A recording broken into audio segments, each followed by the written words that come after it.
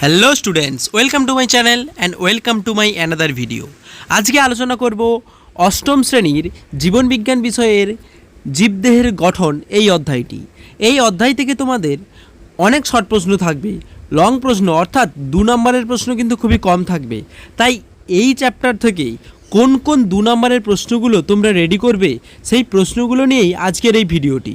এবং এরপরে আমি আরেকটা ভিডিওতে তোমাদের যত শর্ট প্রশ্ন রয়েছে অর্থাৎ এই অধ্যায় থেকে কী কী শর্ট প্রশ্ন তোমাদের রেডি করতে হবে তারও একটা ভিডিও নিয়ে আসছি। তাই আর কথা না বাড়িয়ে ভিডিওটা শুরু করছি। দেখে নেই তোমাদের জন্য প্রথম প্রশ্নটা কি রয়েছে। প্রথম যে প্রশ্নটি রয়েছে, কোষ পর্দা কাকে বলে এবং এর কাজ লেখো। তারপর রয়েছে মাইটোকন্ড্রিয়াকে কোষের শক্তিঘর বলে কেন। এই প্রশ্নটা কিন্তু খুবই গুরুত্বপূর্ণ। তারপর রয়েছে লাইসোজোমকে আত্মঘাতী থলি বলে কেন। এই প্রশ্নটাও ভালো করে করবে। তারপর রয়েছে একটি আদর্শ নিউক্লিয়াসের চিত্র অঙ্কন করো এবং তাকে চিহ্নিত করতে হবে তার অংশগুলো। নিউক্লিয়াসের কাজ লেখো। তারপর মাইটোকন্ড্রিয়ার একটি চিহ্নিত চিত্র অঙ্কন করো, অর্থাৎ ছবি আঁকতে হবে এবং সেটাকে চিহ্নিত করতে হবে খুব সুন্দর করে। তারপরে রয়েছে তোমাদের জন্য পরের প্রশ্নটা রয়েছে মাইটোকন্ড্রিয়ার কাজ লেখো এবং প্রাইমর্ডিয়াল ইউট্রিকল কী। তারপর রয়েছে প্লাস্টিড কয় প্রকার ও কী কী, এবং যত ধরনের প্লাস্টিড আছে তোমাদের কিন্তু প্রত্যেকটার কাজ মনে রাখতে হবে, অর্থাৎ ক্রোমোপ্লাস্টিড, ক্লোরোপ্লাস্টিড এবং লিউকোপ্লাস্টিড। এই প্লাস্টিড থেকেও কিন্তু তোমাদের একটা শর্ট প্রশ্ন চলে আসতে পারে।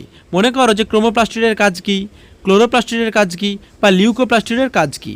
দেখা যাক এর পরের যে প্রশ্নটি রয়েছে, উদ্ভিদ কোষ ও প্রাণী কোষের মধ্যে পার্থক্য লেখো। তারপর রয়েছে একটি উদ্ভিদ কোষের চিত্র অঙ্কন করো এবং সেখান থেকে তোমাদের নিউক্লিয়াস, লাইসোজোম, মাইটোকন্ড্রিয়া এবং এন্ডোপ্লাজমীয় জালিকা চিহ্নিত করতে বলা থাকবে। এই ছবিটাও কিন্তু তোমরা ভালো করে করবে।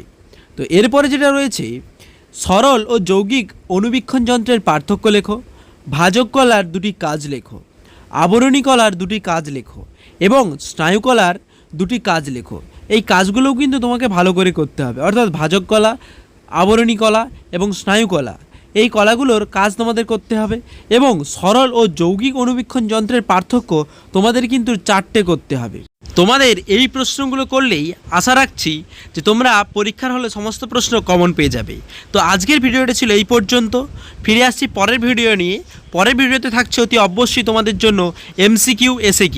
এখনও যারা আমার এই চ্যানেলটিকে সাবস্ক্রাইব করোনি অতি অবশ্যই চ্যানেলটিকে সাবস্ক্রাইব করে দাও এবং বন্ধুদের মধ্যে শেয়ার করে দাও, এবং নিজেও অতি অবশ্যই চ্যানেলটিকে লাইক এবং শেয়ার করতে ভুলো না।